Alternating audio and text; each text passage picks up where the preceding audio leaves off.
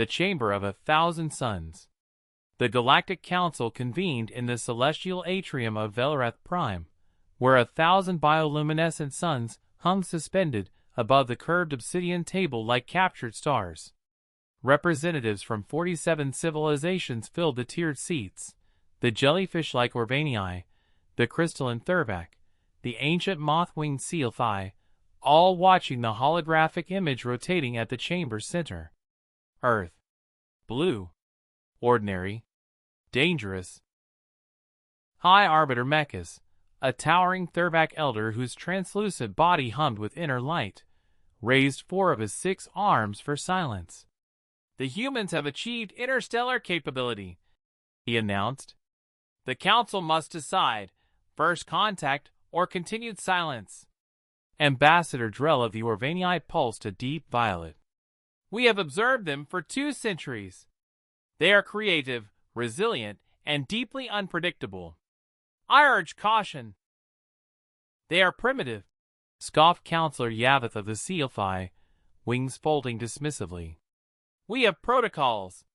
We make contact. We offer the covenant of shared stars. They join us peacefully. It has worked with 30 civilizations. Not with humans," Drell pressed. "Their history is a relentless chronicle of war against anything they do not understand, and worse, against things they do." The vote was called. 31 in favor of contact.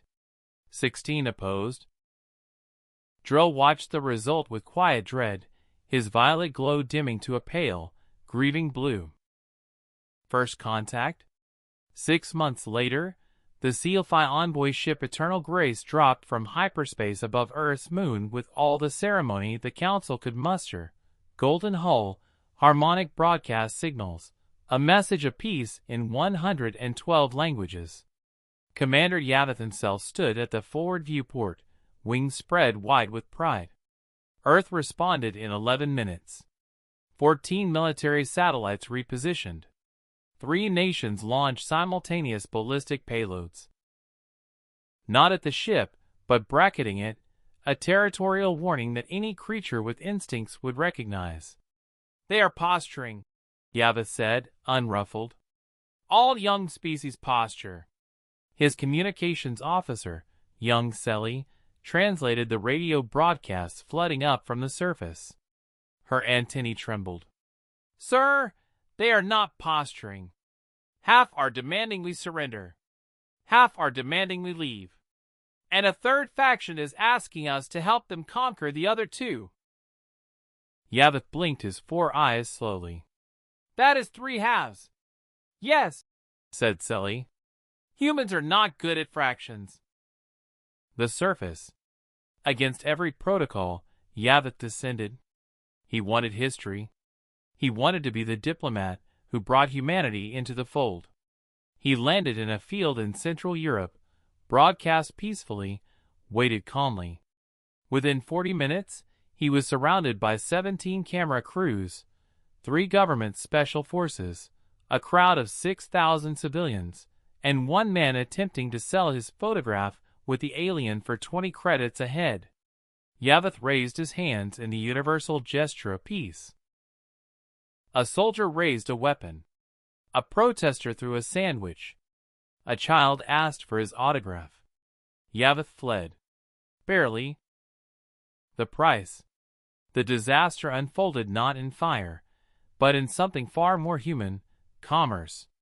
The Thurvac, believing the first contact had established relations, opened a trade corridor. Humans arrived aboard retrofitted cargo ships with the enthusiasm of a species that had spent centuries dreaming of this moment. Within 8 months, they had established 17 trading posts across 4 star systems. Within a year, they'd filed legal claims on 2 uninhabited moons, started a cargo shipping company that undercut the Orvanii by 40%, introduced a beverage called coffee that became catastrophically addictive to Sci-Fi biology, and triggered a diplomatic incident by accidentally naming their flagship route the Human Conquest Corridor, because, as the captain explained cheerfully, it sounded inspiring. Counselor Drell watched the reports in the atrium alone, his glow a steady, exhausted violet. 3 civilizations had filed formal complaints. The Sci-Fi were experiencing a coffee crisis. A Thurback colony was in a legal dispute with a corporation from Ohio. Drell's report. At the emergency session, every seat was filled. Mechas turned to Drell. "You warned us," the High Arbiter said quietly.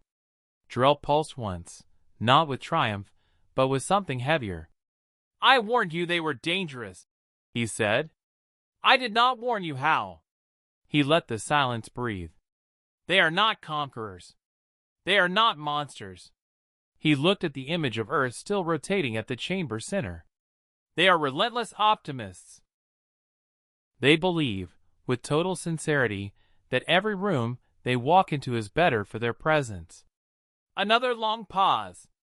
"And the terrible thing," Drell said softly, "is that sometimes they are right."